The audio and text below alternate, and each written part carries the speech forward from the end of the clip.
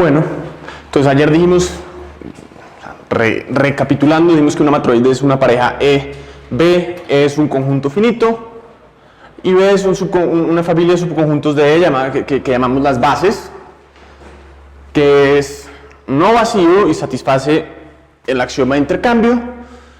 ¿Qué dice el axioma de intercambio? Si cojo dos bases cualquiera y cojo un elemento en la primera base que no está en la segunda, entonces existe un elemento de la segunda base que no está en la primera, que puedo intercambiar y obtener una tercera base. Bien. Entonces dijimos que las matroides las tratamos de definir con el problema de álgebra lineal de coger una familia de vectores y tratar de decir cuándo estas familias venían de álgebra lineal o no. Y resulta y pasa que uno puede hacer muchas condiciones distintas o muchas construcciones distintas desde un punto de vista combinatorio que tratan de capturar esta noción. Entonces, la idea es, esto se conoce como los criptomorfismos, y es de cierta forma, y probablemente viene de tratar de agregarle axiomas adicionales para restringir la familia de objetos un poquito más, pero resultó que todas estas cosas terminaron siendo equivalentes. Voy a hablar un poquito de eso porque como estaba diciendo ayer, si uno lee 10 papers diferentes de matroides, en todos hay una definición distinta. Entonces de pronto un poquito del diccionario de uno cómo habla de una u otra cosa y además en dónde aparece. Entonces podemos hablar de independientes.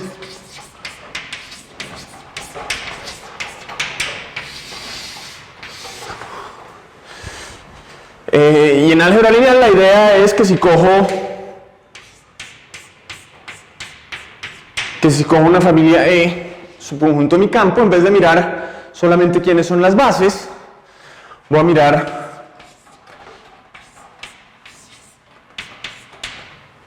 I, voy a llamar el conjunto I, una familia de subconjuntos donde I pertenece a I, sí, solamente sí.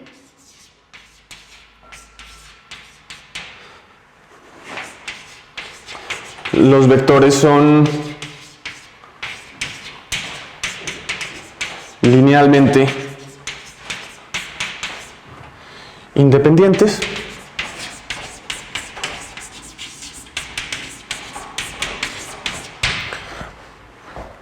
Ok. Pues no es muy complicado. Aquí todos saben que es un complejo simplicial. Bien. Perfecto. Entonces, ¿cuál es la idea? I es un complejo simplicial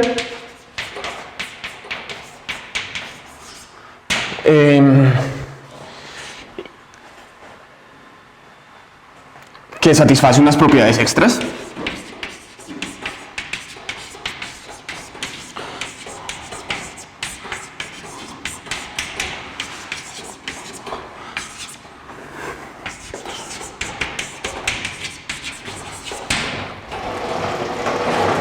Y lo que pasa acá, lo que vamos a hacer o discutir al respecto es, bueno, uno puede pensar en qué propiedad adicional satisface y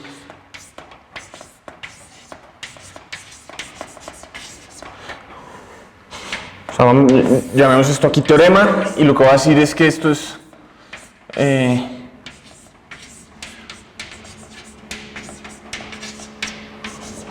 definición alternativa. Ok, y lo que voy a decir es, bueno, una matroide,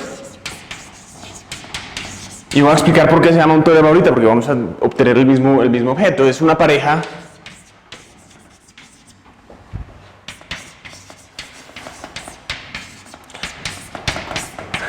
EI tal que y nuevamente es una familia de subconjuntos que satisface uno. Quiero declarar que el vacío es independiente. 2, y es un complejo simplicial.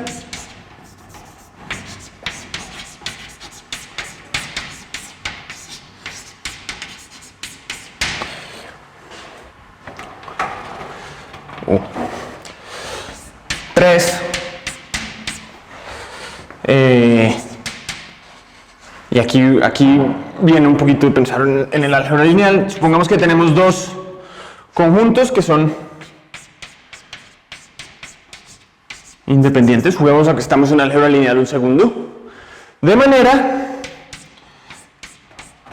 que el tamaño de I1 es mayor que el tamaño de I2. Entonces, ¿qué podemos hacer? Si miramos el span de I1 y miramos el span de I2, tenemos dos espacios vectoriales, uno de dimensión más grande que el otro. I1 y I2 son bases de esos subespacios. Como la dimensión de este es más grande que la dimensión de este, uno de los vectores de acá no está en el span de este. Eso quiere decir que se lo puedo agregar al span y seguir siendo independiente. O sea, un vector afuera del espacio vectorial. Existe I1 en I1 menos I2 tal que I2 unión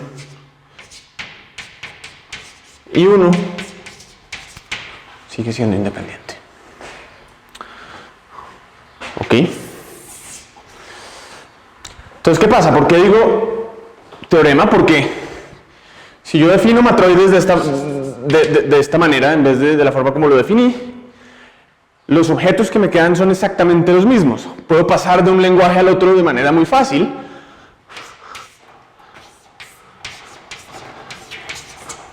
Si quiero describir quiénes son las bases en términos de I, lo que tengo que hacer es los conjuntos de los elementos maximales de I.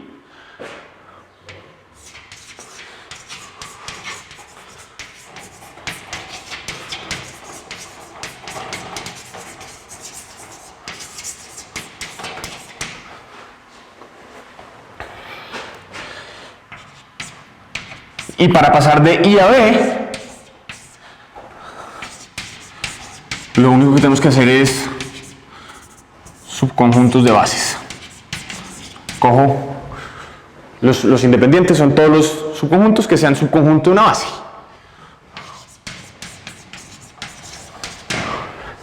Que es muy interesante que podemos describir matroides solamente en términos de independientes o solamente en términos de bases, me quedan exactamente los mismos objetos, ¿cierto? Una de las preguntas que me hizo Joaquín ayer o esta mañana después de discutir es, él se está preguntando por qué todas las bases tienen el mismo tamaño y uno puede hacer el ejercicio partiendo de bases, pero aquí es bastante fácil ver por qué todas las bases tienen el mismo tamaño, porque si pongo I1 igual a una base y pongo I2 cualquier otra base, si hubiera una más grande que la otra podría agregar a alguien más y entonces ya no es base. Hay alguien más grande. ¿Ok? Y el punto es, bueno, tenemos estas dos teorías. Hay veces que es más fácil pensar en términos de base, hay otras veces que es más fácil pensar en términos de independientes. Por ejemplo, podría pensar en el complejo simplicial y tratar de mirar la topología del complejo simplicial. Y resulta, pues,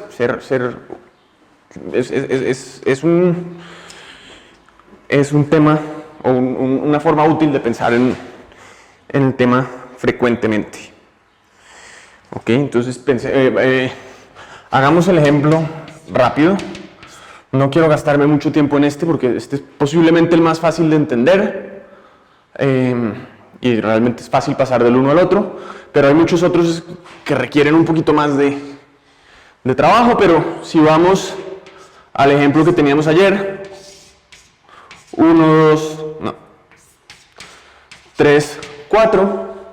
Pues los complejos, los independientes aquí son vacío, 1, 2, 3, 4. Y las bases. 1, 2, 1, 3, 1, 4, 2, 3, 2, 4, pero no 3, 4. ¿Listo? Entonces, el punto es que si yo quiero estudiar las propiedades de la matroide, bien puedo pensar en esto, bien puedo pensar en esto, es exactamente lo mismo, y puedo pasar de un lenguaje al otro. ¿Ok? Ahora, uno puede imaginarse que lo que estaban tratando de hacer cuando pensaban de una manera a la otra es tratar de buscar nuevos axiomas para agregarle extra, pero resulta que lo que le queda a uno es exactamente la misma teoría. Y bueno, esta es la parte más fácil de las equivalencias, en mi opinión, la más fácil de entender. Y el punto es que antes de venir estaba consultando, hay un libro muy bonito que tiene varios artículos, varias recopilaciones. Esta recopilación, que es más o menos de hace 18 años, cuenta 45 axiomatizaciones diferentes de matroides. Y uno se podría imaginar que la razón por la que estamos, o por la que hay tantas, es porque estaban tratando de achicar. Y siempre, no importa uno que trate, termina en lo mismo. O sea, la insistencia de que de pronto es una buena idea cambiar el álgebra lineal por otra cosa, no fue algo arbitrario, es que llevamos mucho tiempo tratando de acortar y es complicado. Entonces hablemos de otro par de cosas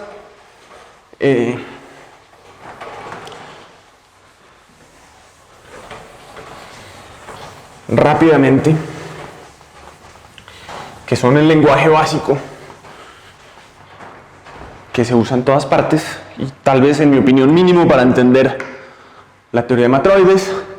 Vamos a hablar de los circuitos. ¿Listo?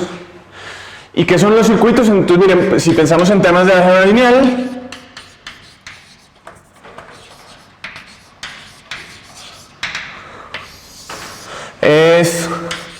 vamos a hablar de subconjuntos de E. Subconjuntos de E. Recordemos. Si suponemos en este caso de álgebra lineal que tenemos vectores, vamos a mirar subconjuntos de E que son linealmente dependientes.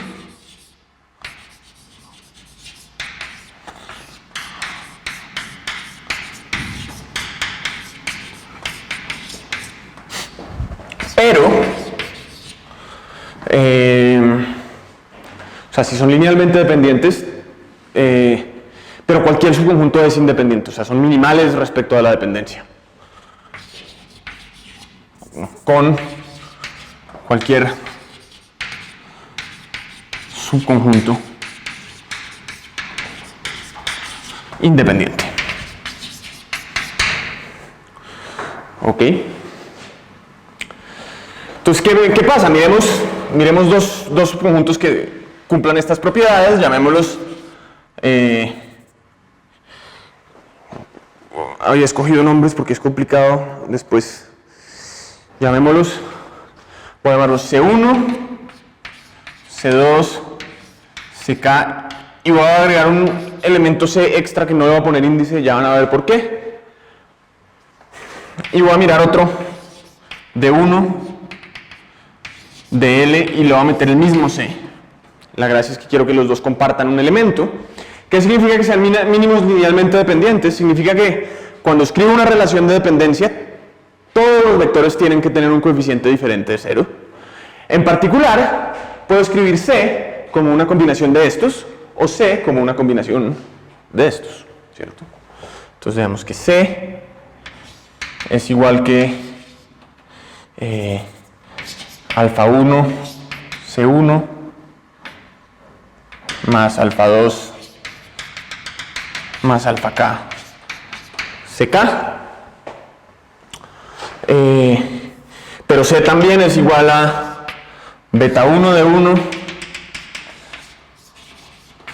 más beta L de L, y por pues realmente todos esos son diferentes de cero, los alfas y los betas. Pero el punto es que los dos son iguales, entonces podría decir, bueno, voy a meter estos dos iguales, y eso lo que significa es que el conjunto C1, CK de 1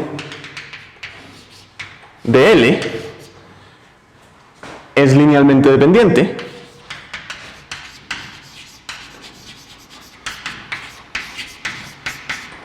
luego contiene un circuito.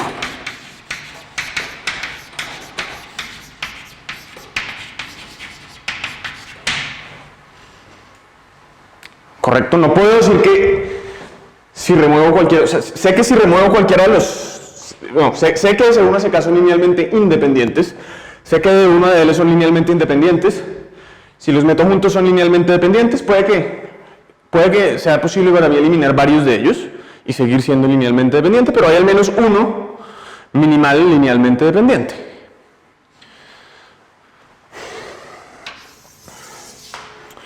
¿Listo? Entonces, nuevamente, teorema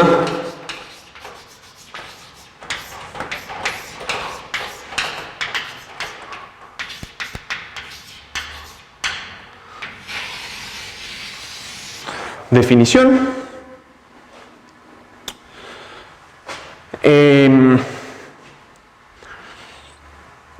Y nuevamente voy a decir, o sea, me estoy saltando varios pasos, pero una matroide es una pareja E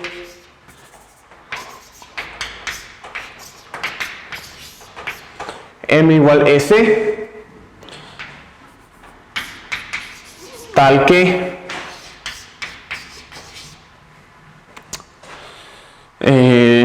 C es un subconjunto, es una familia de subconjuntos de 2 a la E.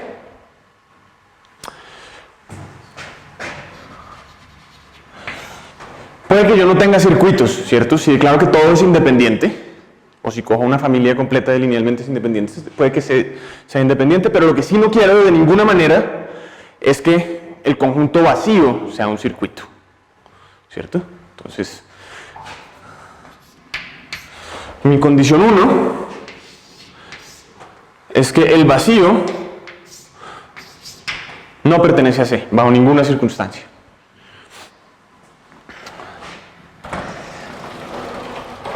El segundo es modelado respecto a este. Si cojo dos circuitos cualquiera o dos dependencias lineales mínimas,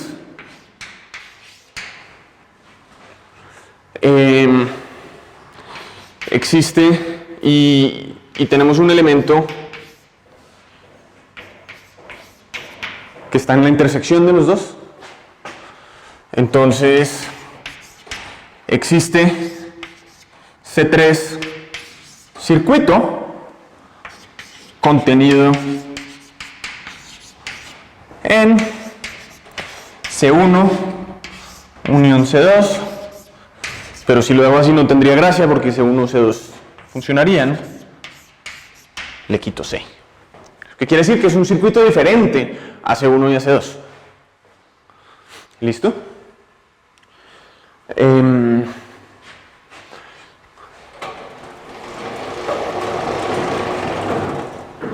Y copiemos esta idea de acá. ¿Qué pasa si quiero intercambiar entre I y C? ¿Cómo paso de un lado a otro?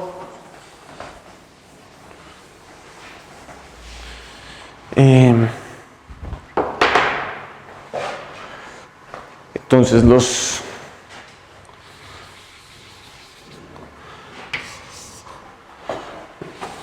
C son los elementos minimales respecto a inclusión fuera de I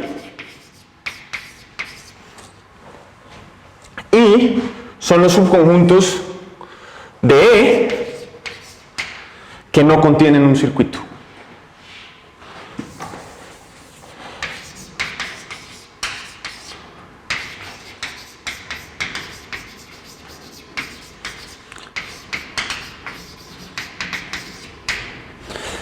¿Quiénes son los circuitos de acá? Podemos, otra forma de pensarlo, acuérdense, esta misma matroide era coger esta gráfica acá, ponemos 1, 2, 3, 4, y las independencias mínimas son circuitos de la gráfica, de ahí viene el nombre de hecho. Entonces, ¿quiénes son los circuitos acá? Tenemos uno que es 1, 2, 3, ¿cierto? Lo mismo 1, 2, 4, si le quito cualquiera. Y finalmente, tenemos otro circuito acá, que es 3, 4.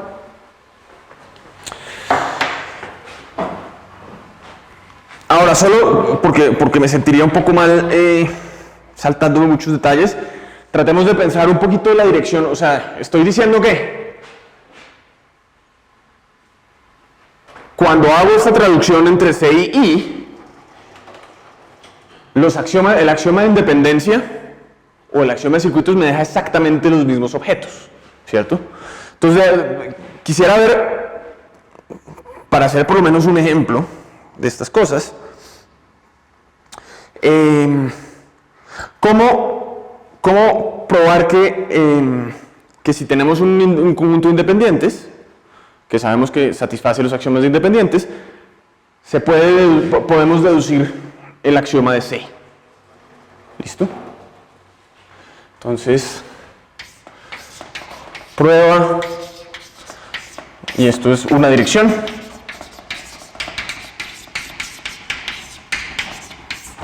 Y para entender un poquito el sabor de cómo se prueban cosas en matroides, entonces supongamos que I satisface axiomas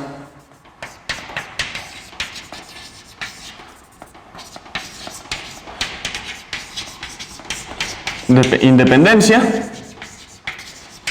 Podemos coger C1, C2 circuitos definidos de esta manera, o sea, los minimales que no están en I.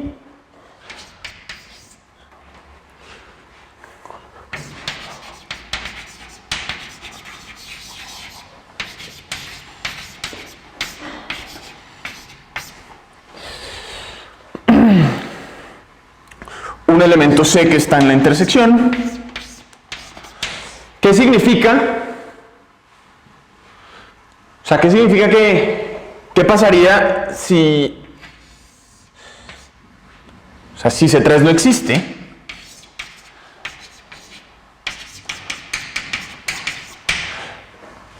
Lo que querría decir es que cuando yo tomo la unión de estos dos y tiro, me olvido de C, pues si no va a ser un circuito, lo que significa es que esto es independiente, ¿cierto?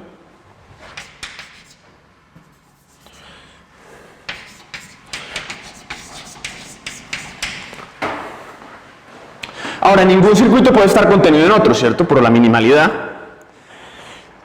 Luego puedo escoger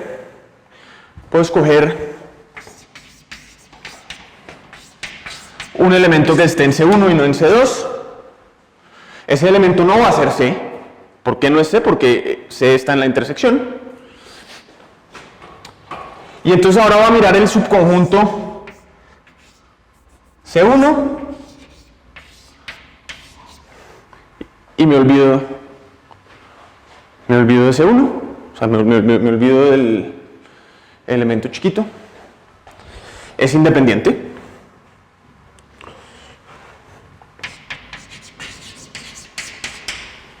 Y entonces, ¿qué voy a hacer? Voy a aplicar el axioma de independencia con este conjunto independiente y este conjunto independiente, ¿cierto?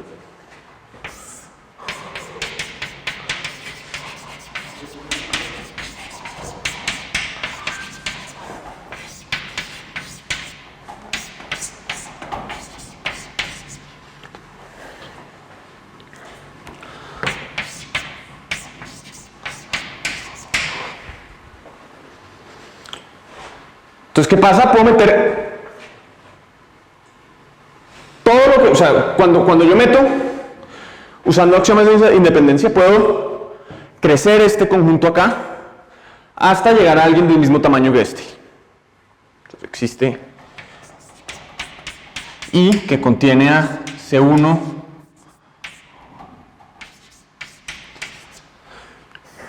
menos C1.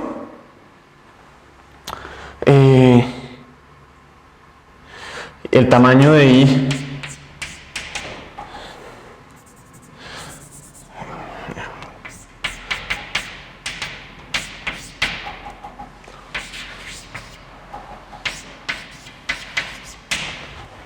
mismo tamaño que C1 menos C2, C,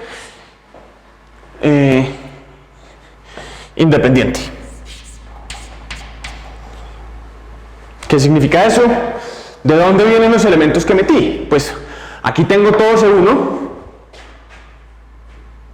Lo que metí aquí fueron todos los elementos de C2 que estaban acá y no acá. ¿Cierto? Es lo único que pude haber hecho.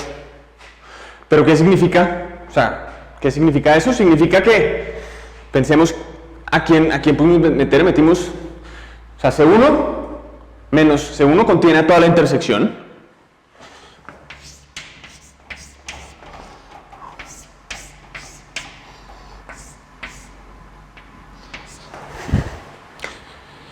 Y también contiene a todos los elementos de C2 que no estén en C1.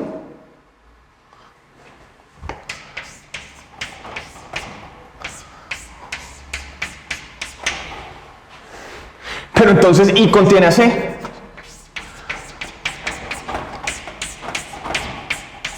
Que es una contradicción.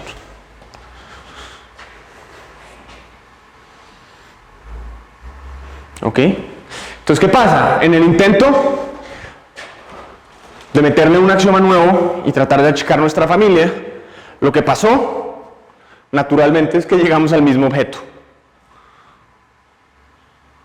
¿Ok? O sea, aquí falta una dirección, que lo podemos poner como ejercicios, un buen ejercicio para tratar de entender un poquito más de matroides. El ejercicio lo que pues, podemos tratar de pasar de C a I, o sea que si tenemos un objeto C que cumple estos dos axiomas acá y miramos todos los subconjuntos que no están contenidos, entonces satisfacen los axiomas de independencia. ¿Ok? Pero el punto es que nos dan exactamente la misma teoría. ¿Ok? En particular, si alguien conoce algo de teoría de Stanley-Reisner, pues estos son los generadores del anillo Stanley-Reisner del complejo de independientes, y eso quiere decir que el anillo Stanley-Reisner va a tener cierto tipo de propiedades agradables, y tenemos cómo axiomatizar no solamente de manera muy agradable las caras, pero también los circuitos. Si tengo tiempo, al final hablo, por ejemplo, de una caracterización de matroides en términos de álgebra conmutativa y ideales monomiales. Que resulta y pasa que también hay una definición de matroides usando potencias simbólicas de ideales que no tiene por qué, o sea, en un principio, pues no, las matroides no tendrían nada que estar haciendo ahí, pero resulta que aparecen sin culpa.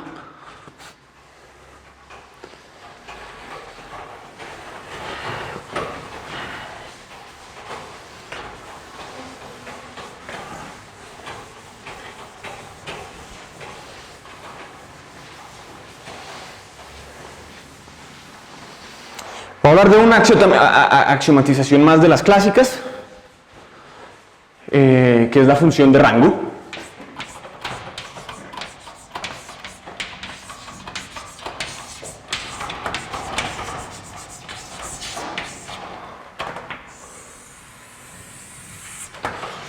Y después hablo de polítopos, que es ya un poco más la manera como estudiamos hoy en día matroides, por lo menos desde un punto de vista algebraico y geométrico.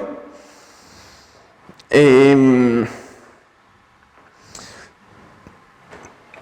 Pero nuevamente, supongamos, como siempre en nuestro contexto de álgebra lineal, tengo un subconjunto de espacios, un subconjunto de vectores y puedo definir una función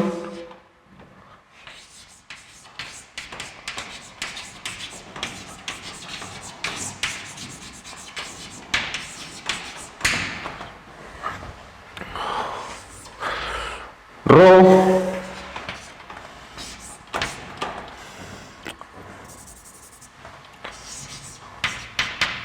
me va a asignar realmente son enteros no negativos, pero digamos que metemos enteros ahí. Es una función que a cada subespacio le da un número y lo que voy a hacer es la función evaluada en A es simplemente la dimensión sobre F del espacio generado por A. ¿Correcto? Entonces, en cualquier situación en la que estemos, o para cualquier conjunto de estos, podemos definir simplemente la función de rango.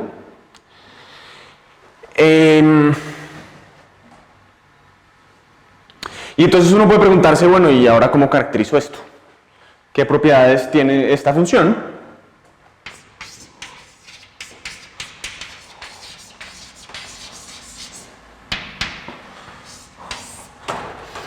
Y la primera, hay una muy sencilla, ¿cierto? Porque, pues, esto a lo más es una base. Bueno, primero que todo es una dimensión, entonces no es no negativo.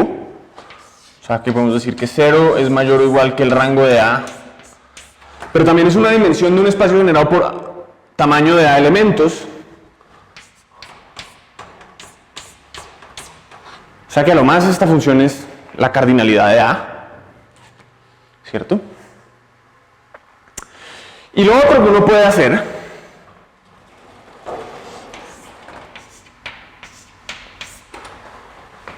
es, si yo cojo dos subconjuntos cualquiera, hay 4 valores que podría estudiar relacionados. Podría mirar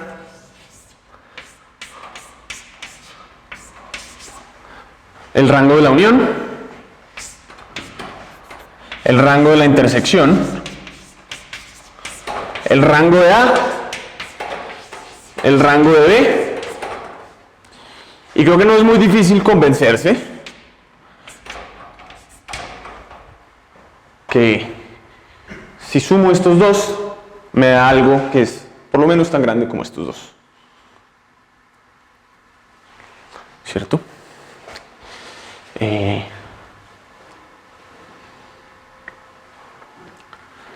No lo voy a probar porque ahorita lo pruebo para cualquier conjunto de independientes, simplemente usando teoría de matroides. Pero el punto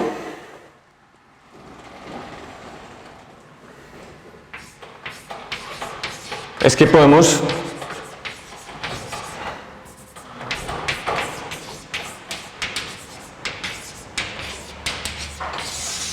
nuevamente decir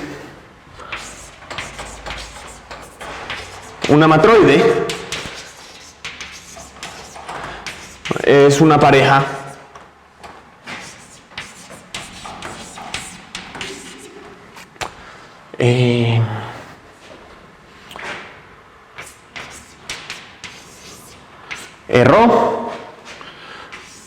Rho simplemente es una función de 2 a la e a los enteros que satisface 1 y 2. Correcto, o sea, cualquier función que satisfaga estas dos condiciones, declaro, o yo podría decir que es una matroide, Y entonces ahora podemos dar la definición ahí, podemos tratar de ver cómo pasamos de I a ρ, ¿cierto? Entonces, ¿cómo es ρ? ¿Cómo calculamos ρ de? O sea, si conozco los independientes, ρ de A es igual a el máximo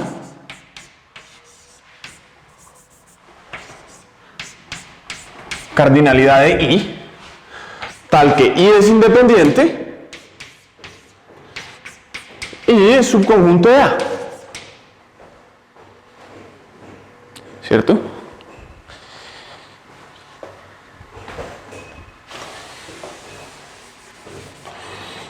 Si quiero saber cómo calcular los independientes en términos de ρ, ¿qué hago? Paco, ¿te la pescas? O el rango, ¿cuál es el rango de A, de I?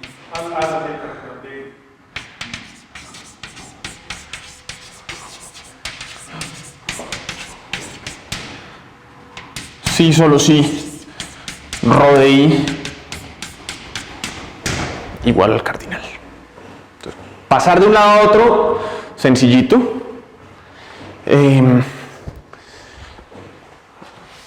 Ejemplos completos de la función de rango son un dolor de cabeza de escribir, pero aquí podemos mirar, por ejemplo, quiénes tienen rango extraño. Por ejemplo, el rango de 3, 4. ¿Cuál es el rango de 3, 4? 1. El rango de 1, 2, 3, 4. 2. Esto lo vamos a denotar de ahora en adelante igual al rango de m. Pero si tienes una función de rango y defines una nueva como la función más 1. No. ¿Eso no es una función de rango? No, porque mira la condición primera. 0 menor o igual que ρ de A, menor o igual que ρ de que la cardinalidad de A más 1. ¿Cierto? Si quitas la condición 1 se llaman funciones submodulares. De hecho, eso hace que, por razones, o sea, las funciones submodulares resultan ser muy importantes en optimización. Entonces, teoría de matroides también tiene su punto de vista desde el lado de optimización. Hay una cosa que se llama los algoritmos greedy, que me encantaría traducirlos como los algoritmos del tacaño.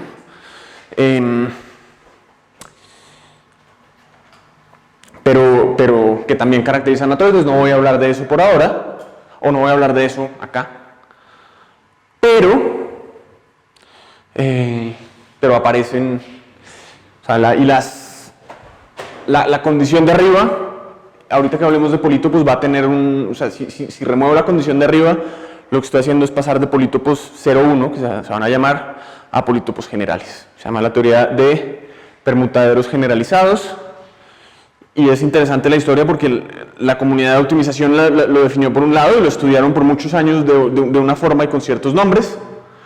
La comunidad de combinatorial algebraica, Alexander Postnikov, lo definió desde un punto de vista combinatorial algebraica y pensando en cosas muy distintas y en deformaciones de un objeto que se llama el permutaedro.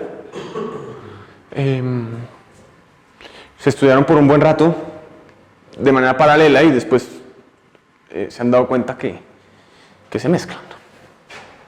Pero el punto es, estas funciones de rango me definen matroides, y quiero hacer la última pruebita. Quiero hacer exactamente la misma prueba que hice con C. Quiero ver que si tengo independencia, entonces tengo función de rango, y el converso se prueba más fácil y de manera similar. Buena idea para practicar un poquitico. Entonces podemos dar ahí como ejercicio.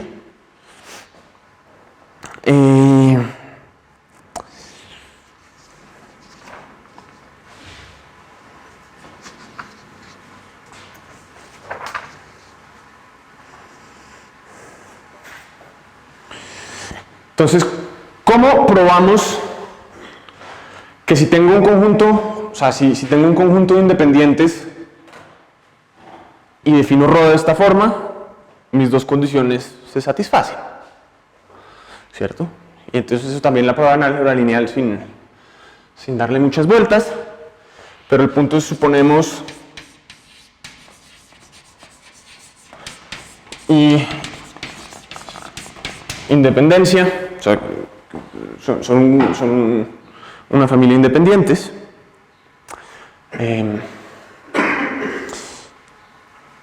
Y entonces ahora lo que voy a hacer es voy a coger A y B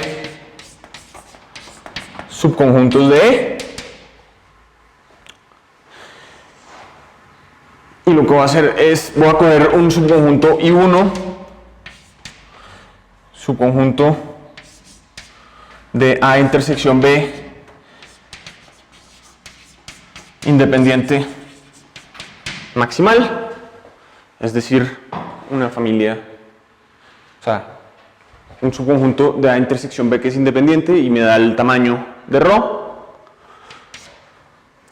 Voy a coger I sub 2 y voy a forzar, o llamemos este acá I sub A. Voy a forzar a I sub 1 estar contenido ahí, y lo puedo hacer por el axioma de extensión. Un subconjunto de A independiente maximal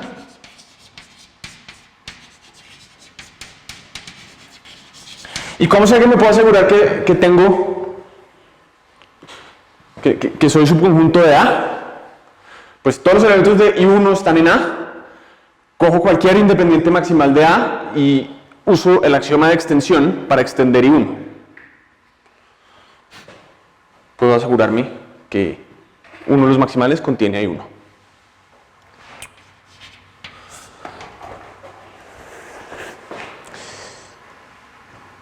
Y luego quiero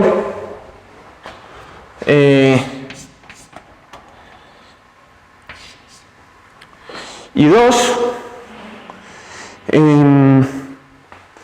y lo que quiero asegurarme ahora es que IA esté contenido acá. Notación fea, pero bueno. Subconjunto de A unión B independiente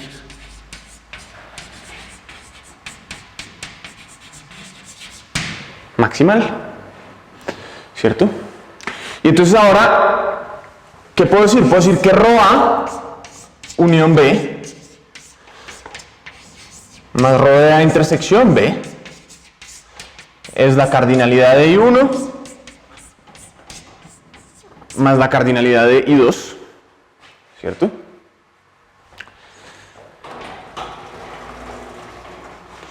Pero ¿qué puedo decir de I1 y 2? ¿Qué puedo decir de I1? I1 contiene A y A, ¿cierto? Entonces voy a hacer aquí un cambio y voy a decir que esto es I1 menos IA, ¿correcto?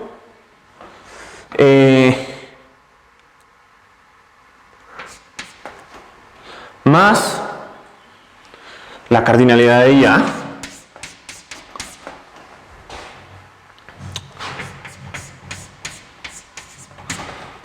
más I2, ¿cierto? Pero ahora, ¿qué puedo decir de I1 menos IA? Pues I1 es, I2 menos IA. ¿Qué puedo decir de I2 menos IA? I2 está contenido en A unión B y le quité todo lo que podía quitarle que estuviera en A. Entonces este de acá es subconjunto de B menos I1. ¿Cierto?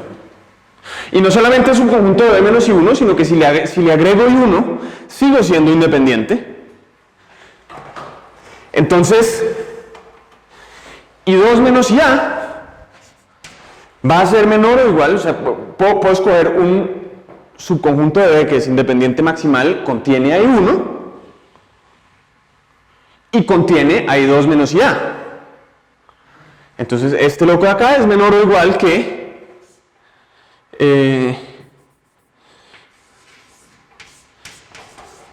rango de B menos el tamaño de I2, este acá. Y le meto lo que ya tenía, que era IA, que es rho de A, y ahora tengo un más I2, se fue. Esos 2 y 2 eran I1 y también el Perdón. grupo que está justo antes de la desigualdad también. Sí, terrible mi capacidad de poner índices en todas partes. Qué pena. Pero la idea es esa, o sea, este subconjunto acá es independiente, contenido en I2, contiene I1, si le meto I1 sigue siendo independiente, y lo puedo extender a alguien maximal, que tiene tamaño rho de B. Sin ningún misterio.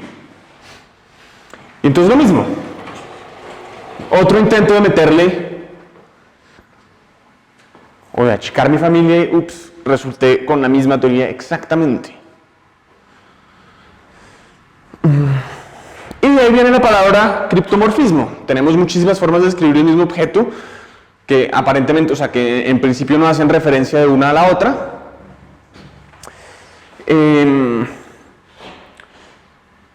Y como les decía, hay otras 40 o algo así absurdo.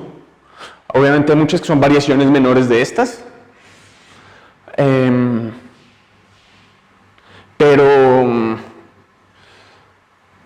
Pero todos los intentos que hemos tenido son fallidos en el momento de achicar la clase. Entonces, voy a hablar de otros. El último objeto del que me interesa hablar en este momento. También hay una axiomatización que depende un poquito más de la teoría de conjuntos parcialmente ordenados, y no quiero hablar tanto de eso, o de conjuntos parcialmente ordenados, por lo tanto voy a simplemente hablar de la notación de conjuntos, que es muy útil, va a ser fundamental, pero no voy a hablar de la axiomatización.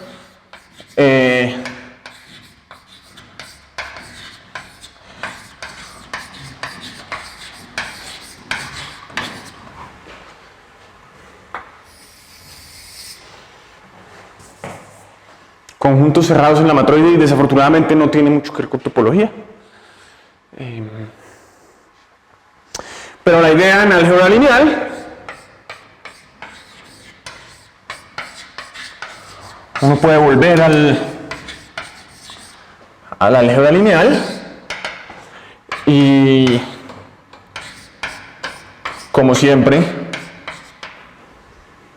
conjunto en un espacio vectorial. Y le decimos si cojo A, tengo una operación, digamos, clausura, que a cada subconjunto de E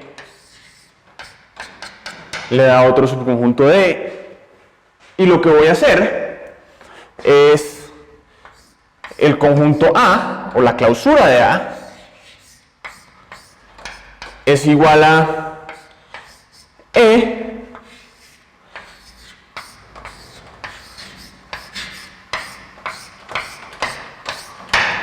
intersectado con el span de A. O sea, voy a mirar, claro, A me define un subespacio vectorial, y puedo mirar en ese subespacio vectorial quiénes de los miembros de E pertenecen a mi clausura. Entonces miremos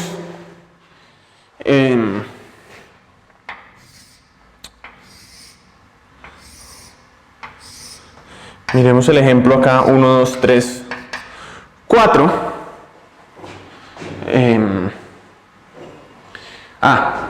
Conjunto cerrado.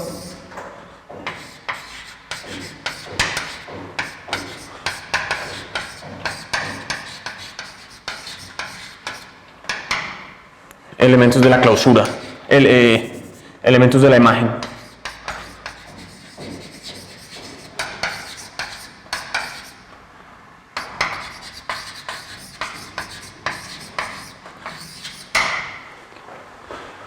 Elementos de la imagen de CL. ¿Cómo miramos las clausuras aquí? Por ejemplo, ¿cuál es la clausura de 3? Pues allá tenemos nuestra línea. El span de 3 es la línea completa y esa línea completa contiene a 4. Entonces la clausura ahí es 3, 4.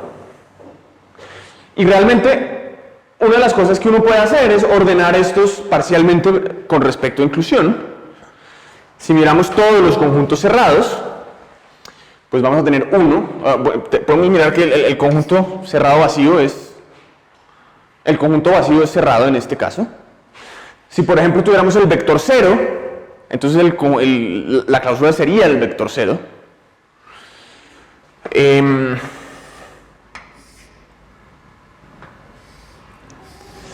Tenemos el conjunto cerrado 1, tenemos el conjunto cerrado 2, tenemos el conjunto cerrado 3, 4 y tenemos el conjunto cerrado 1, 2, 3, 4. ¿Ok?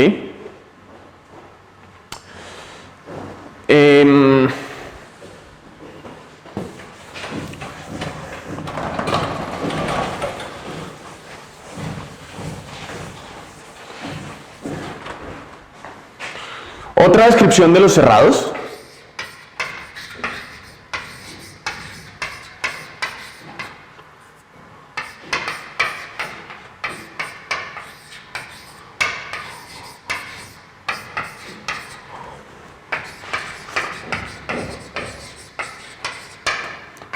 Y la razón por la que no voy a hablar de la axiomatización de cerrados es porque pensar de esta manera, con la caracterización que voy a dar, usualmente es suficiente para todo lo que vamos a hacer. Pero podemos decir que un conjunto A subconjunto de 2 a la E es cerrado si y solamente si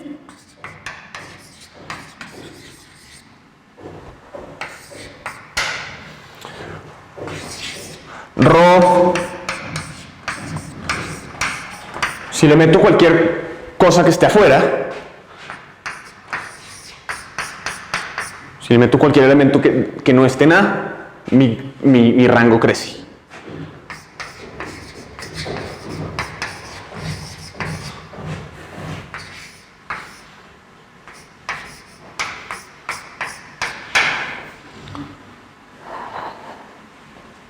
¿Ha contenido en ello? ¿Ha contenido en ello?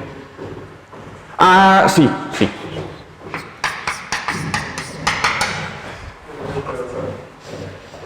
Sí. O sea, porque si no, no puedo calcular mi función de rango, pero sí. O sea, en cualquier momento en que le meta una cosa extra, crezco el rango. ¿Listo?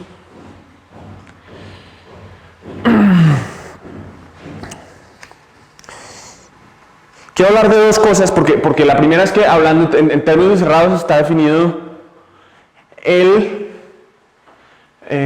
anillo de Chow de una matroide, o la cohomología de una matroide, de la famosa teoría de Hodge.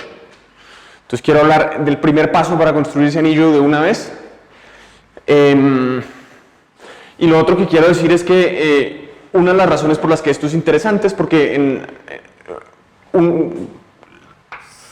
un ejemplo fundamental en el que aparecen las matroides es la teoría de arreglos de hiperplanos. Y en la teoría de arreglos de hiperplanos, estos conjuntos cerrados corresponden a conjuntos que son las intersecciones de los hiperplanos, todos los subespacios que se pueden obtener intersectando hiperplanos en mi arreglo. Entonces,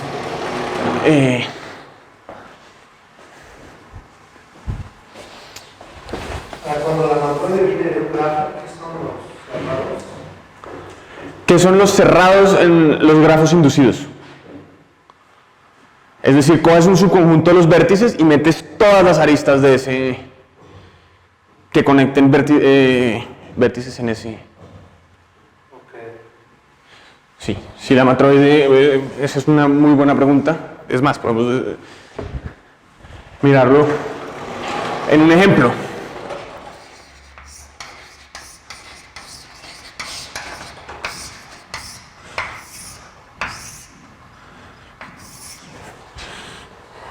No sé. ¿Qué pasa si trato de mirar quién es la clausura?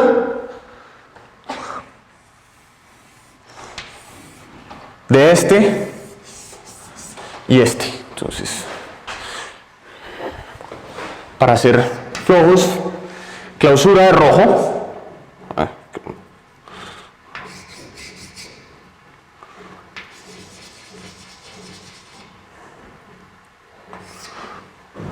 ¿Qué hago? Miro quiénes son todos los vértices que están tocados por rojo. ¿Ok? Y ahora lo que hago es simplemente, en mi clausura voy a meter todas las aristas. No, estoy haciendo algo mal. Estoy haciendo algo mal. Tienes que agregar todas las aristas que formen algún ciclo como rojas, ¿no? No, porque es que esto es... O sea, en este caso creo que eso es un cerrado. Eso es un cerrado, sí. No son las inducidas, es una condición sobre aristas, ¿no? O sea, Sí. tienes que agregar una arista. No, qué pena. Forma ningún circuito con las que ya tienes. Sí.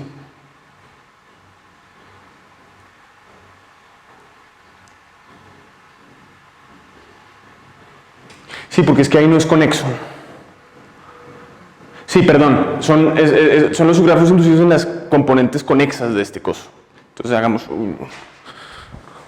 que el subgrafo aquí es conexo, ¿cierto? O sea, si fuera conexo, sí, porque si miro esos dos va a ser un poco aburrido. Para cada componente conexa de las aristas, miro el subgrafo inducido y meto todo lo que me quepa.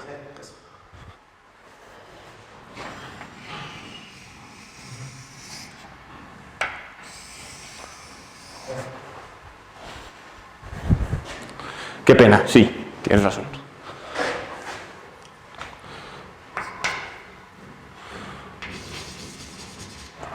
Entonces los cerrados son los que cada componente conexa es inducido. Cada componente conexa es inducida, sí. Qué pena. Cerrado.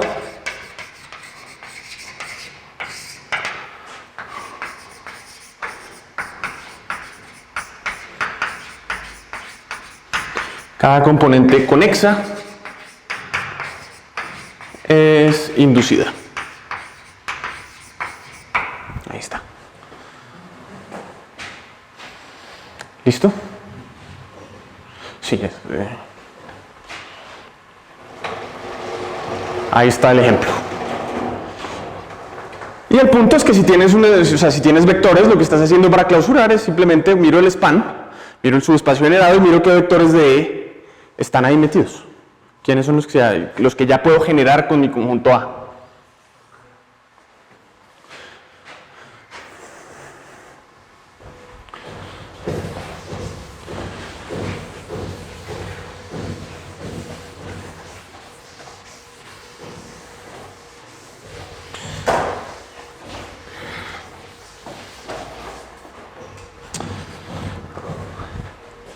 Entonces podemos hablar rápido de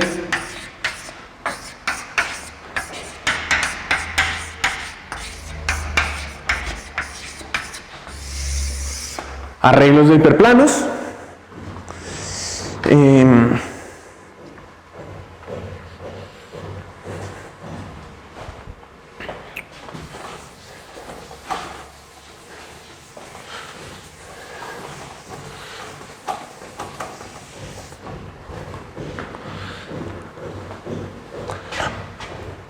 Entonces, ¿cuál es la manera como a mí me gusta pensarlo? Esto tal vez no es la manera más estándar de encontrarlos en un libro, pero si cojo un espacio vectorial cualquiera, voy a coger un montón de funciones lineales o elementos del dual, y el arreglo de hiperplanos H es la colección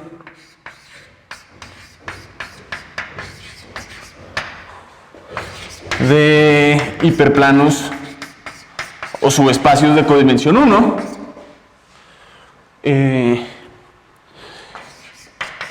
que corresponden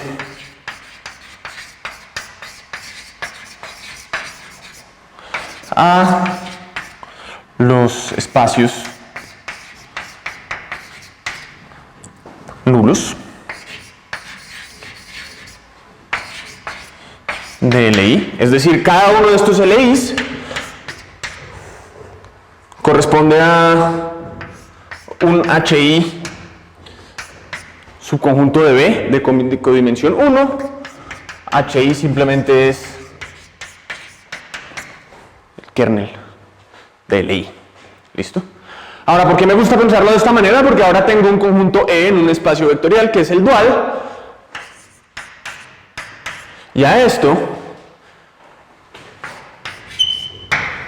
le corresponde una matroide. Que podemos hablar MH o... Bien. ¿Y por qué nos gustan los cerrados? ¿O por qué los cerrados son bonitos de entender aquí? Bueno, los cerrados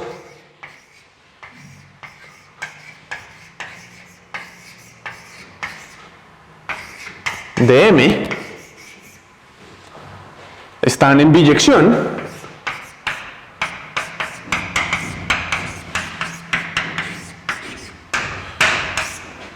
con subespacios obtenidos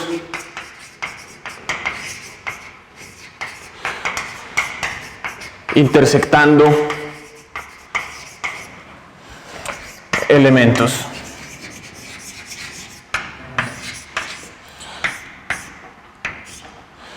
de H, usamos de H. O sea, es un ejercicio, no es muy difícil de ver que estas dos cosas son equivalentes. Ahora lo que pasa es que estos están contenidos de una forma y la contenencia de cerrados es en la dirección opuesta, ¿cierto? Si intersecto más hiperplanos me reduce la dimensión y me aumenta el rango de los funcionales lineales que necesito para cortar ese espacio. O sea, Si intersecto unos cuantos hiperplanos, el cerrado que corresponde a esa intersección incluye también a todos los demás hiperplanos que contienen esa. Exacto. Entonces la clausura es si yo cojo los hiperplanos que no cambian la intersección. Exacto. Es una manera muy natural de verlo. Cojo mis hiperplanos. Listo. Un ejemplo muy sencillo. Esto es difícil de pintar y no me voy a atrever a pintar nada en 3 dimensiones porque simplemente no puedo, pero en R2 podría pensar en un arreglo de hiperplanos como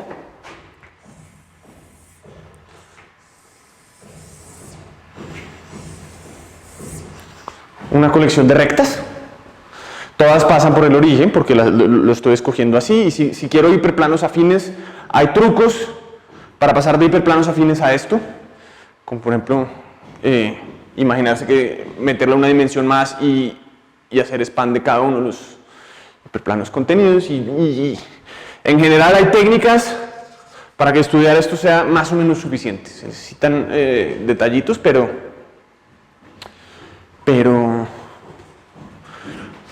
no mucho más. Y ahora con estos locos se pueden hacer muchas cosas.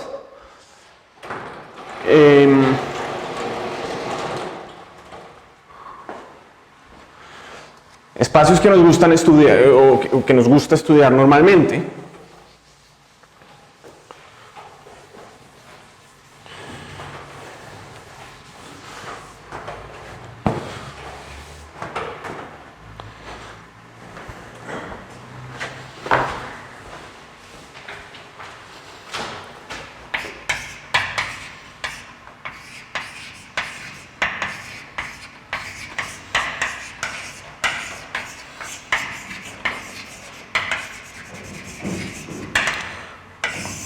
Asociados a arreglos de hiperplanos. Entonces, si H es un arreglo de hiperplanos,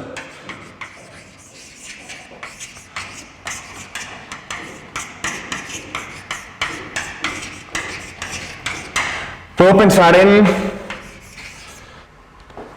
H, simplemente es la unión de igual 1, o H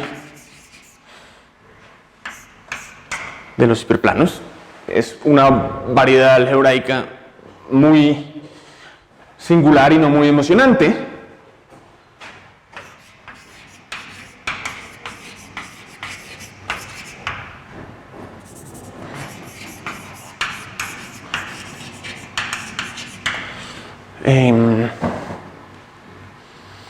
Pero a partir de esta variedad se pueden, o con esta variedad se puede construir otra cosa que se llama, y que voy a definir con un poquito más de rigor en la próxima sesión, pero hay una compactificación que se llama,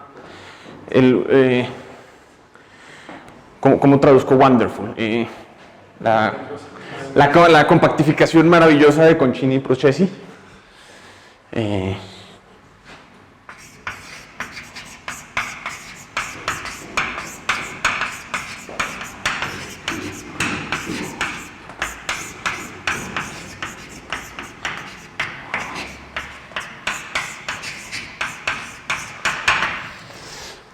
Y lo otro que, o sea, esto es hacer un poco de blow-ups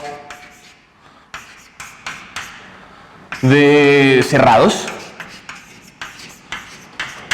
Para cada cerrado hago un blow-up especial, me queda una variedad mucho más grande, mato las singularidades y me queda una variedad suave. Tal vez la proyectivizo. ¿Cómo es un ejemplo de una variedad suave que puedes obtener así? ¿Ah? ¿Cómo que es un ejemplo de una variedad suave que puedes obtener así?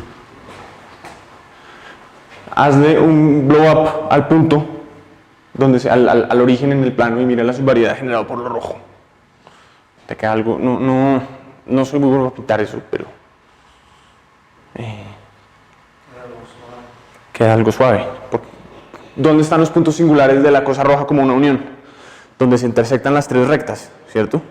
Ahora, hazle un blow-up a esa cosa y te queda una variedad que ya no tiene esa intersección triple.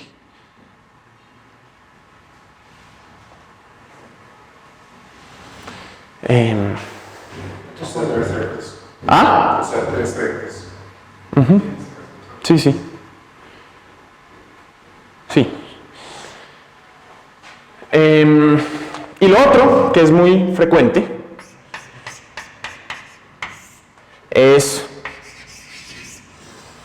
cojo el espacio vectorial completo, perdón, cojo B y miro el complemento de H. Entonces en el espacio de acá,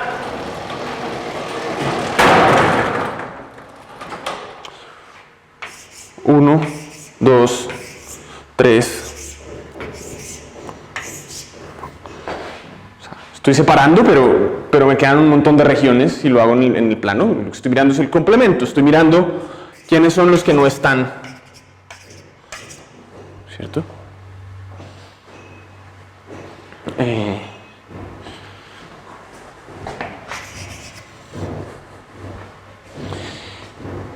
Bien.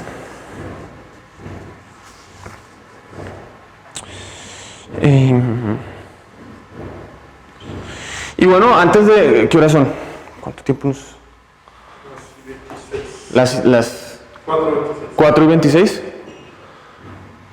Ok.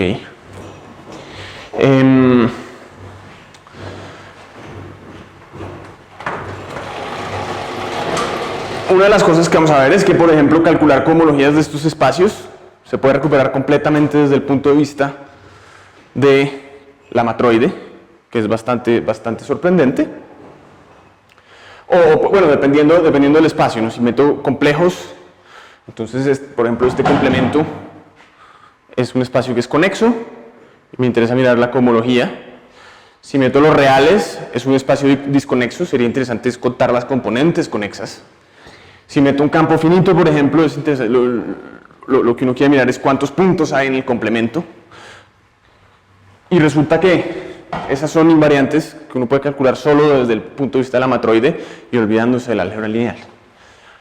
Esta compactificación de Concini y Procesi, que es complicada, o sea, es una variedad, no es tan fácil de ver, tiene un anillo de cohomología o un anillo de Chow, o un anillo de intersección, que se puede definir única y exclusivamente a partir de los conjuntos cerrados. Entonces, ¿cuál es el primer paso de la teoría de Hodge en matroides? El primer paso de la teoría de Hodge en matroides es darse cuenta que ese anillo de cohomología o ese anillo de Chow corresponde a una variedad suave y por lo tanto cuando uno mira sobre todo sobre los complejos, cuando uno mira el anillo de cohomología tiene una estructura de Hodge que toca o se comporta como una variedad suave. Ahora, ¿qué pasa? Se puede definir completamente de una manera completamente combinatoria, sin hacer ninguna referencia a la geometría algebraica, y lo que hace la teoría de Hodge combinatoria es, vamos a olvidarnos de la geometría algebraica y ver uno cómo prueba las propiedades de estos anillos sin necesidad de ir a calcular ciclos y cosas de este estilo. Son variedades. Bueno, quiero hablar rápidamente de mi axiomatización favorita de matroides, que realmente resulta, o sea, va a ser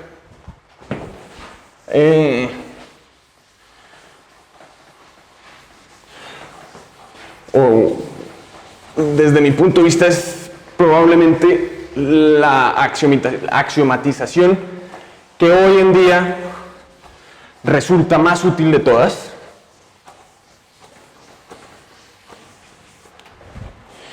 Y es la de polítopos de matroides.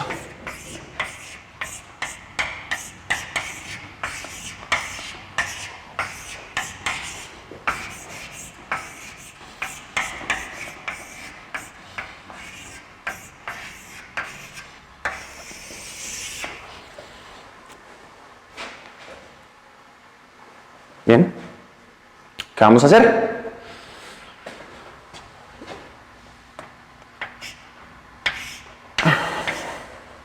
Supongamos que tenemos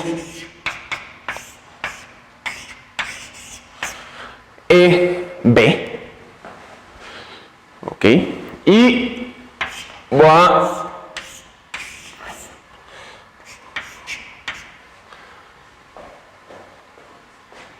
tratar de vivir voy a construir objetos geométricos en RE.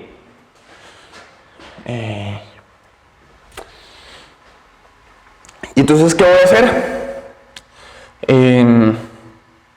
Primero,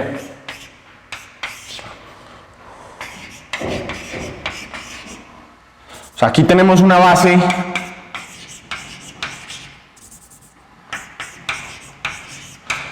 indexada por llamémosla BE N, elementos BE, o así. Ahora para cada subconjunto de E, sea B sub A, la suma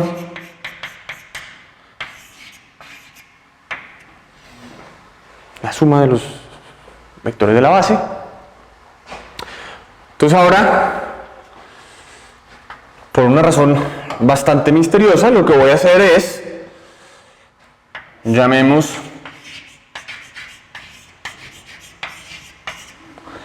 PM a la envolvente convexa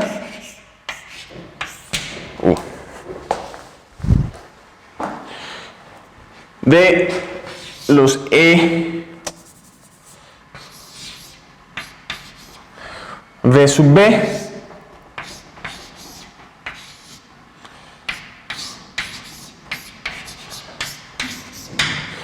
donde B es una base de M. ¿Ok? Entonces, ¿qué pasa? PM tiene vértices en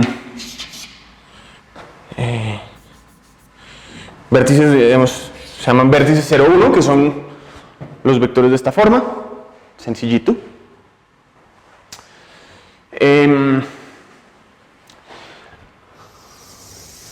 Esto es un polítopo. ¿Todos saben qué es un polítopo? ¿O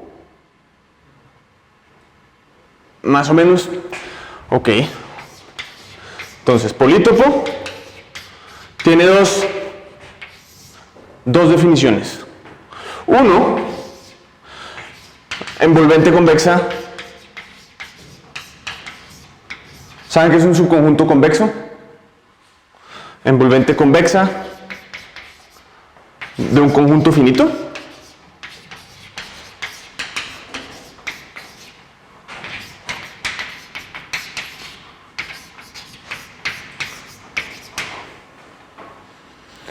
La segunda es una intersección acotada de semiespacios, o como se llama eso en español, half spaces.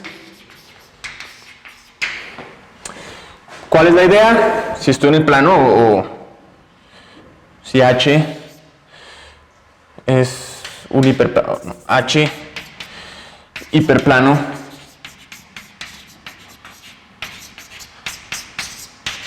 en Rn, H menos es uno de los dos lados del hiperplano.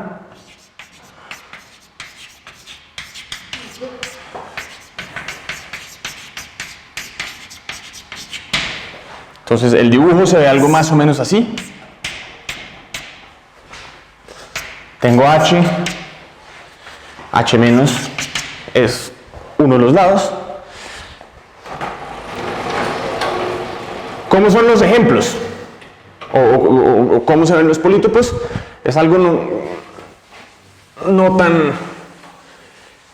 tan extraño.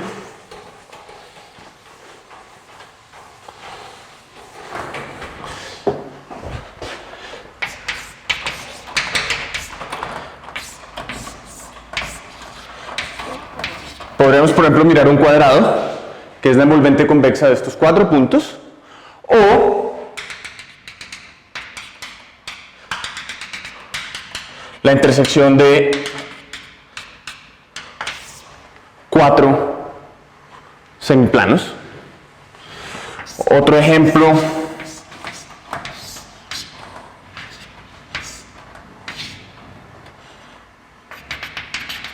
podría ser un cubo, que es la intersección de la envolvente convexa de 8 puntos, o la intersección de, tenemos 6 planos. Y ya que estamos en México, también podemos hablar de una pirámide.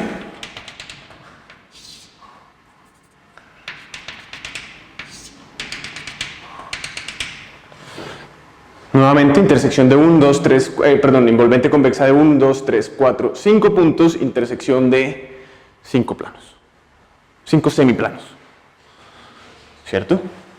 Y la idea es, pues, el polítopo ahí lo definí básicamente como una intersección de semiplanos, como una envolvente convexa. Y para cerrar la clase, hoy quiero mencionar 2 teoremas que a mí me parecen espectaculares. Teorema 1. Entonces podemos decir aquí rápido de definición. Un polítopo 0, 1 es un polítopo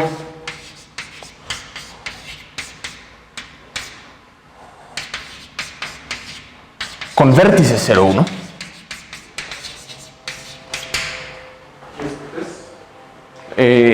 Vértices que son como las sumas de allá arriba.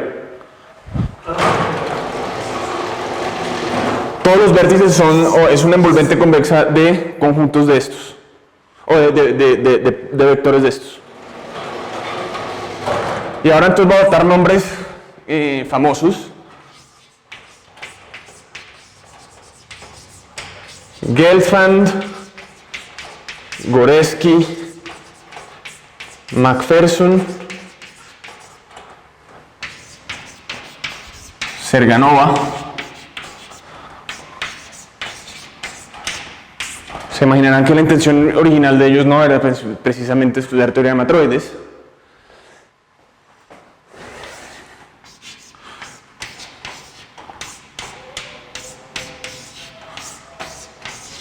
Un polítopo 0,1 es el polítopo de una matroide.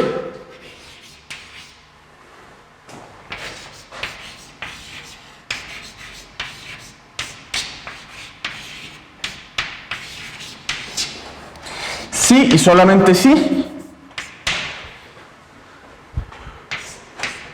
Todas sus aristas, ya les explico qué es una arista,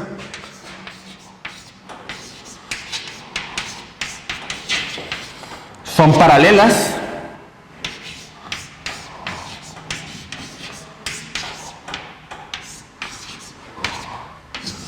a un vector o a vectores de la forma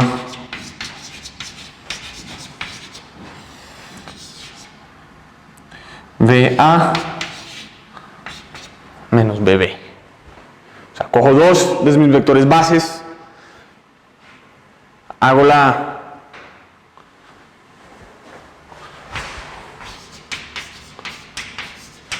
diferencia, esas son las aristas de mi polítopo. Para el que sepa, Entonces, ¿quién es E en este teorema? O sea, un polítopo así no, pero en general, RE. Un polítopo en RE, un polítopo 0,1 en RE. Para el que sepa, estos son raíces del grupo de reflexiones tipo A.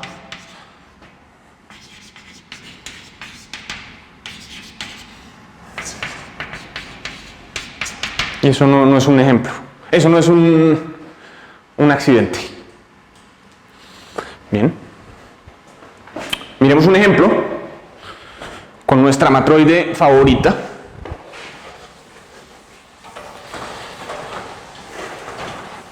Y explicamos qué son aristas.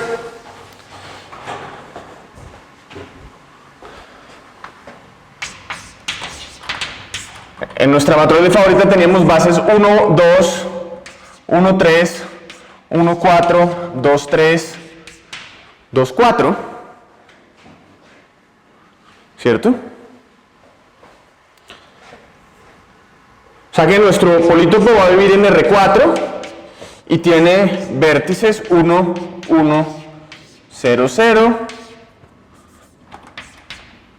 1, 0, 1, 0, 1, 0, 0, 1, 0, 1, 1, 0, 0, 1, 0, 1.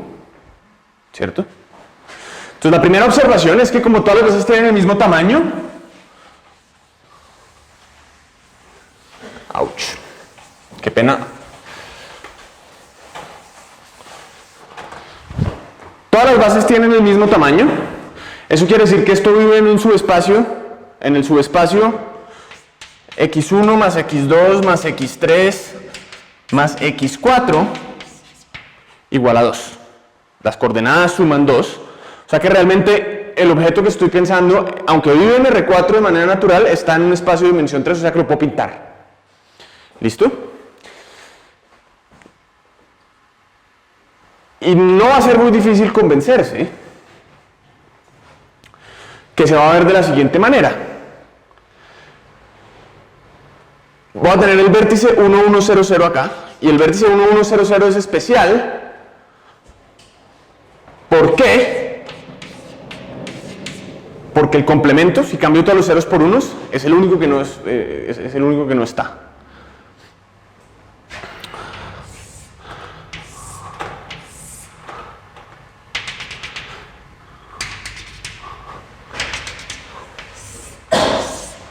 Pero mi polítopo se va a ver como una pirámide. La parte de arriba de la pirámide es el que no tiene complemento. Y aquí voy a tener, por ejemplo, el vértice 1, 0, 1, 0. El opuesto, el que no está conectado, es 0, 1, 0, 1.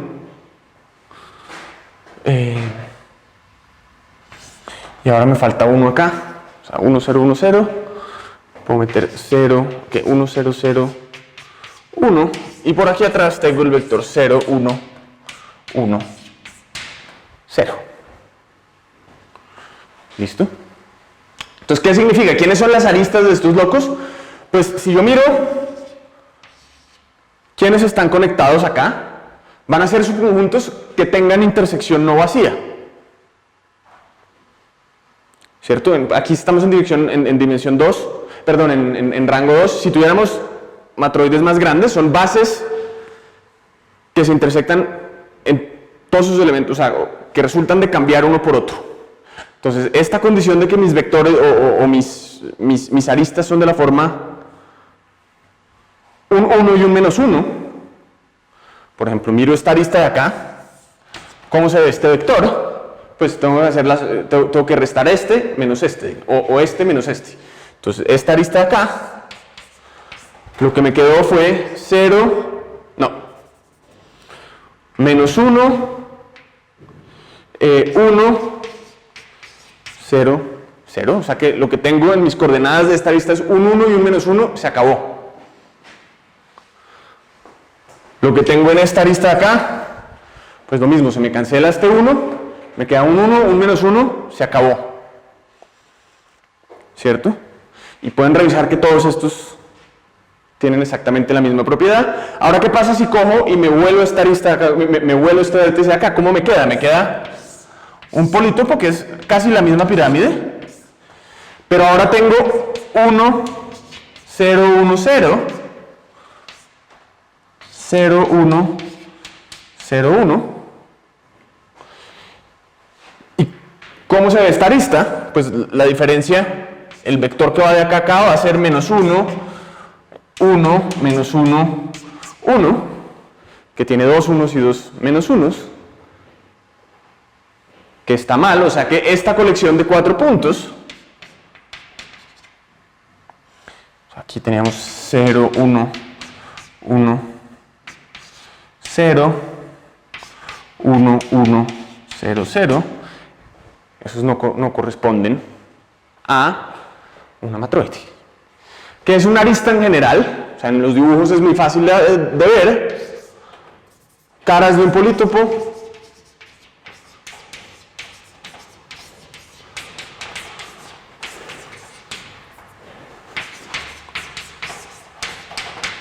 En R, lo que hago es mirar a un funcional lineal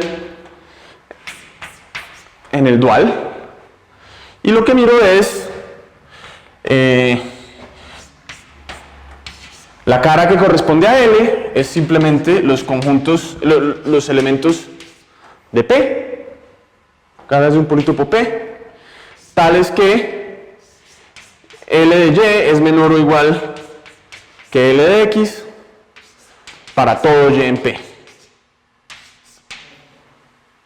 Ok, entonces, por ejemplo, si tengo mi cuadrado acá, puedo mirar este funcional lineal que corresponde a correr esta recta paralela y me muevo y la cara que me sale es esta arista de acá. O podría coger este funcional lineal de acá y mirar en esta dirección y empezar a barrer con esta línea y ver cuál es el último punto que pierdo. Lo que me sale es un vértice acá.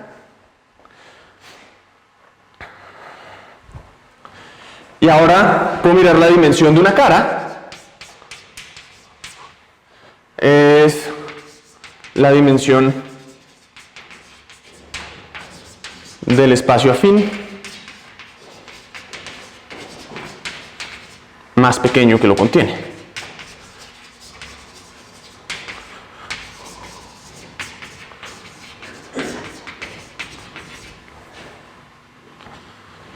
Ok, entonces miremos aquí en este ejemplo uno cómo piensa en estas caras en términos de funcionales lineales, y acabamos porque no sé, ya me da pena. Pues cojo un funcional lineal, digamos, quiero definir esta arista acá. Entonces necesito un funcional lineal que sea igual en toda esta arista, o sea, un funcional lineal en R4 que sea igual en toda esta arista y sea menor en todo lo demás, ¿cierto? Entonces, ¿cómo hago eso?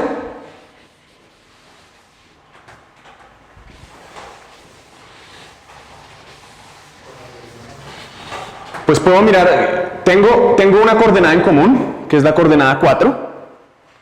Entonces, digamos que quiero mirar el funcional lineal, voy a mirar como un vector columna con el que voy a hacer producto punto. Meto aquí un 2.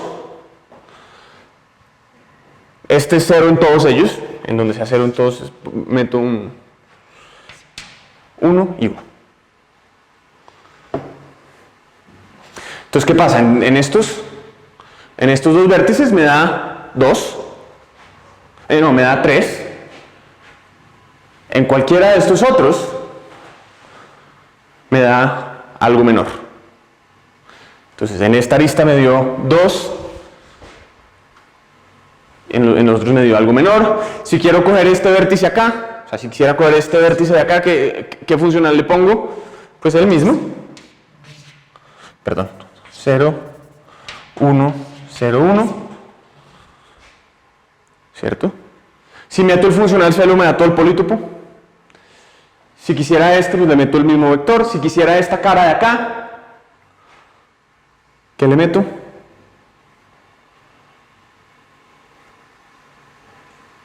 Pues necesito, estos tres tienen algo en común. Mejor dicho, necesito salir de este y salir de estos dos. Pero estos todos tienen la tercera coordenada igual a 0. 1, 1, 0, 1. Entonces le puedo meter 1, 1, 0, 1 y me queda esta cosa acá. Pero un ejercicio interesante, porque eso no lo hemos justificado, pero ¿por qué esta arista, entre estos cuatro, por qué no puedo escoger un funcional lineal tal que esta arista sea lo mínimo? O sea, ¿por qué me queda todo este cuadrado si quisiera minimizar estos dos al mismo tiempo? O maximizar, perdón. Ejercicio, y la razón es porque el soporte es disjunto, entonces, o sea, un ejercicio sencillito. Y el punto es que este juego se puede jugar con cualquier polítopo. ¿Listo? Y esa es otra caracterización. Ahora uno podría preguntarse cuáles son las desigualdades. Las desigualdades vienen de la función de rango. Necesito que la suma de las coordenadas para cada subconjunto sea menor o igual que la función de rango. Ese era otro teorema que quería mostrar, que es muy interesante. Entonces, ¿qué pasa? Esto me da una figura geométrica en la que puedo pensar un montón de cosas. ¿Quién es la matroide dual? Voy a coger el mismo polítopo y cambio los ceros por unos. La variedad tórica que definimos ayer, la acción de F estrella, o si lo pensamos en la grassmanniana C, eso lo voy a hablar mañana, pero hay una cosa que se llama el moment map de la variedad tórica. Si yo cojo una matroide, si yo cojo un punto en la grassmanniana que tenga una matroide asociada a M, miro la órbita del toro y la clausura, mando el moment map, me sale este loco. Y esa es la razón por la que los nombres Goreski-McPherson, Gelfand, Goreski-McPherson, Serganova aparece en esta historia. Porque ellos están preguntando, bueno, esto es una variedad tórica proyectiva, a cada variedad tórica proyectiva le corresponde un polítopo en alguna parte, ese polítopo donde aparece resulta ser esto, y entonces uno dice, uy, de pronto con estos polítopos puedo caracterizar mi álgebra lineal. No. Si miro todos los polítopos que tienen estos 0, 1, me siguen saliendo todas las matroides.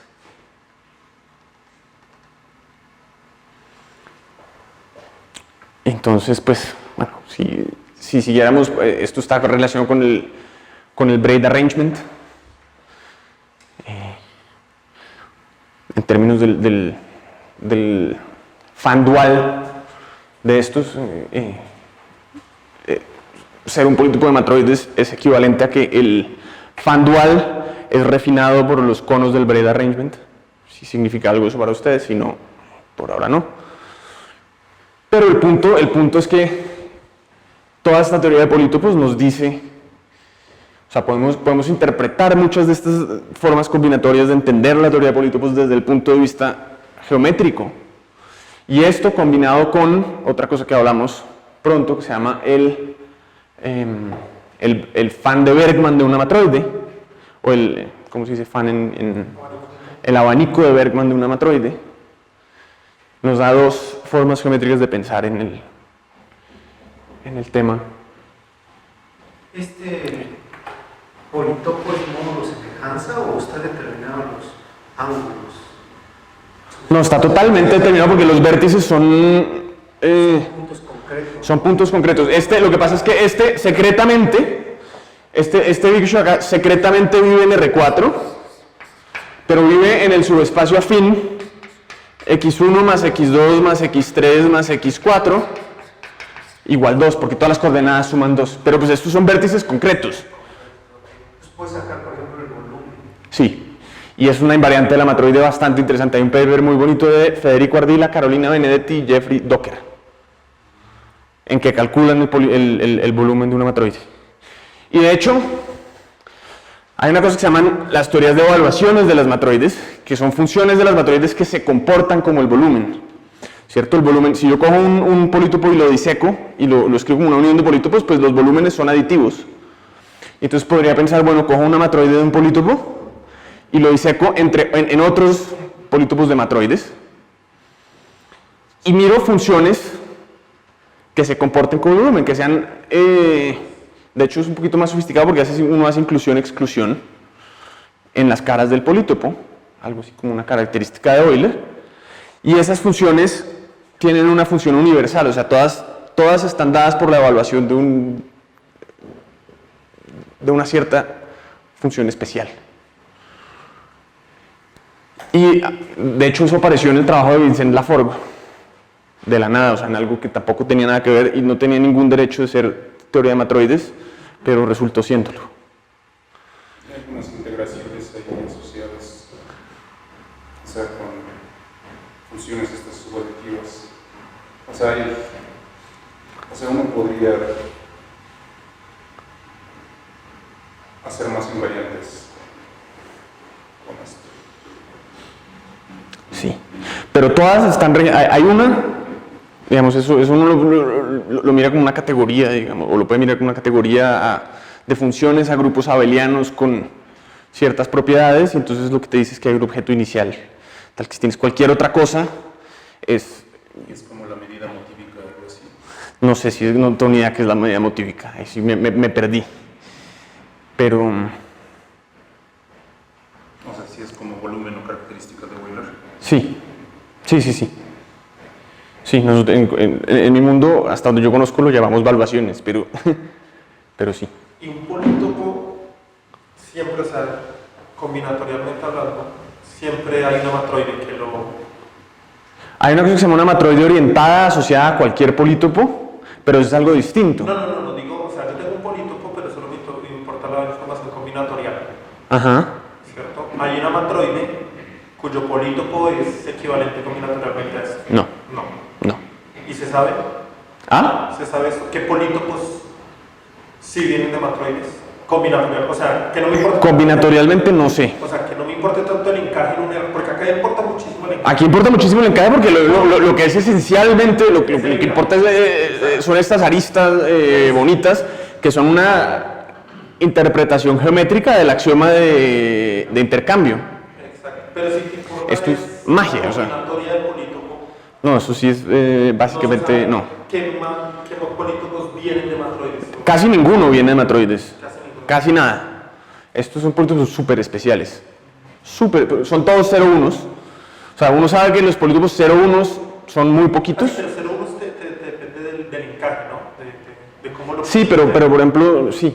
Pero tú puedes decir cosas de los diámetros de los 0,1s y cosas de ese estilo que son muy reducidos comparados con los polítopos generales. O sea, realmente son muy poquitos. O sea, ahora, asociado a cualquier polítopo, puedes mirar los hiperplanos y hay otra cosa que se llama vía de arreglos de hiperplanos, una cosa que se llama una matroide orientada, y la matroide orientada te dice cosas sobre el polítopo, pero es otra historia distinta. ¿Y cómo sería el politopio asociado a la matroide de una gráfica? Puede ser bastante complicado,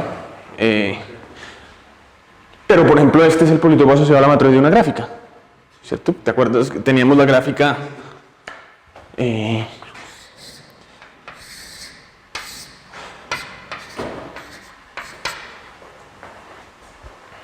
volumen del árbol de la gráfica.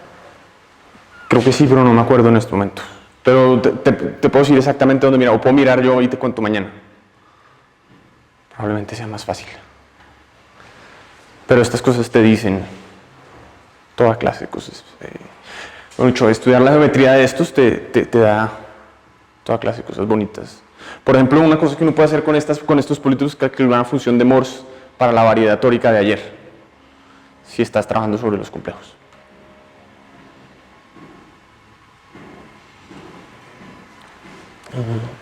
La combinatoria del polítopo te da básicamente los puntos críticos. O sea, los puntos críticos corresponden a vértices y ciertas propiedades del polítopo te dicen cuál es el grado de los puntos críticos. Es muy bonito. Y sobre todo da muchos ejemplos de cosas. O sea, quieres buscar una variedad con alguna propiedad rara, pues puedes darle vueltas a jugar con estos locos y encontrar.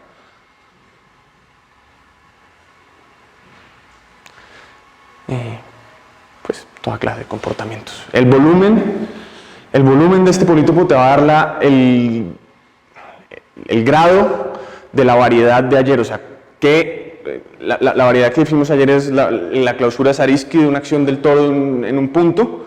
Eso lo puedes describir como polinomios y puedes mirar los grados de los polinomios que te definen esta cosa, el grado de la variedad, y coincide con el volumen de este polítopo.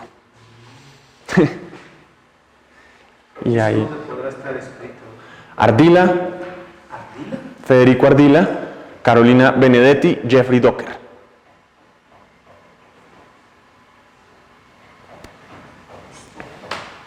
Pero sí, eso es. Joaquín tiene un par de problemas ahí como para, o sea, si quieren aclimatarse porque yo entiendo que muchas de las cosas de las que hablamos, o sea, lo que acabo de votar yo en el último rato es una cantidad absurda de información. Pero entonces le di un par de problemitas allá a Joaquín para que le ayude a uno como acostumbrarse un poco al lenguaje de lo que estamos hablando. Entonces tiene. Bueno. Y no, mañana seguiré un poquito con la historia de qué es lo que está pasando acá. ¿No? Muchas gracias a ustedes por venir. ¿Qué propiedades satisfacen estos polítopos que vienen de matroides? ¿Cuál es el polítopo más simple que está seguro uno que no es 0,1, por ejemplo? Exacto. ¿Cuál es el polítopo más simple que estoy seguro que no es ¿En 0,1? dimensión 3 todos son? No. No. No, porque piensa una cosa, en dimensión 3, o sea, cualquier polítopo de dimensión 3 lo puedes realizar en R3, ¿cierto? Eso no es nada misterioso. El polítopo 0,1 más grande en dimensión 3 es el cubo, que tiene 2 a la n vértices.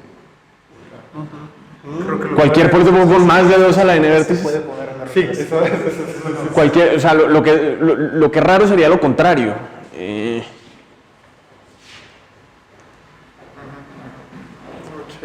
sí. Todo polítopo de dimensión 3 se puede realizar en R3. Y es en general siempre no. ¿Ah? ¿Es algo particular de No, no, en tres? general en RD. Cualquier polítopo, porque Sí, coge un entonces, polítopo. si sale de dimensión D, Sí. el espacio afín que Sí, tienes de dimensión D. Ajá. Y si tienes que hacer 0, 1, si el más Tienes a lo más 2 a la de vértices, porque Ajá. tienes 2 a la de vectores 0, 1, punto. Sí. Entonces realmente casi nada, o sea, en dimensión fija son finitos.